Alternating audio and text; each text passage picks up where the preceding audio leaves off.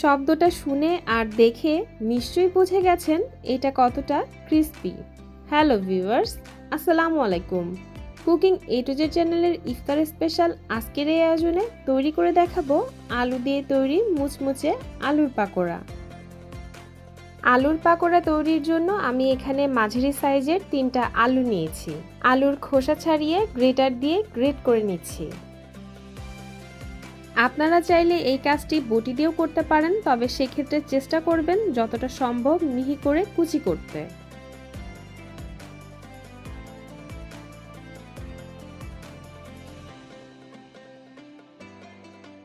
Greater দিয়ে great করে নিয়েছি। এখন বেশ কয়েকবার পানি চেঞ্জ করে আলু ধুয়ে নিব।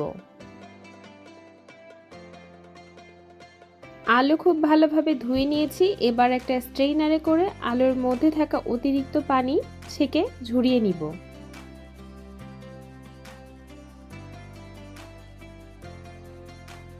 এর মধ্যে অ্যাড করে দিচ্ছি 1/4 কাপ পেঁয়াজ কুচি, স্বাদমতো লবণ, হাফ চা চামচ মরিচের গুঁড়া, 1/4 চা চামচ সাদা গোলমরিচের গুঁড়া, হাফ চা চামচ আদা বাটা, হাফ চা চামচ রসুন বাটা, 1/4 চা চামচ টেস্টিং সল্ট, এটা অপশনাল, 1/4 কাপ ময়দা, আর সবশেষে দিয়ে দিচ্ছি 1/4 কাপ কর্নফ্লাওয়ার। এখন এই সবগুলো উপকরণ হাত দিয়ে ভালোভাবে মিশিয়ে নিচ্ছি।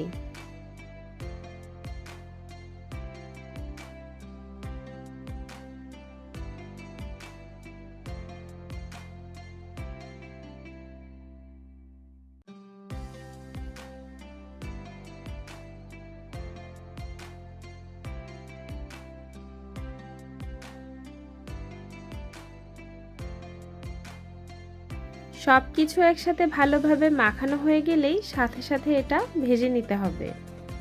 ডুবো তেলে ভাজার জন্য একটা প্যানে পর্যাপ্ত পরিমাণ সয়াবিন তেল গরম করে নিয়ে একটা একটা করে পাকোড়া দিয়ে দিচ্ছি।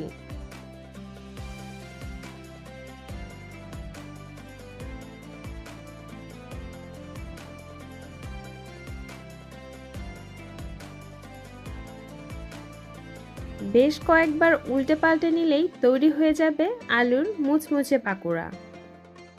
আশা করছি আজকেই ইফতারে এই রেসিপিটা বাসায় ট্রাই করবেন। বানানো খুবই সহজ আর অল্প সময়ের মধ্যেই আপনারা বাসায় এটা বানিয়ে ফেলতে পারবেন। আর রেসিপিটি ভালো লাগলে আমার চ্যানেলটি সাবস্ক্রাইব করার অনুরোধ রইল। রেসিপিটি বাসায় তৈরি করে আপনার অভিজ্ঞতাও আমার সাথে শেয়ার করতে পারেন আমার ফেসবুক পেজে। সবাই ভালো থাকবেন, সুস্থ থাকবেন আর আমার পাশে থেকে এভাবেই আমাকে সাপোর্ট করবেন। আল্লাহ হাফেজ।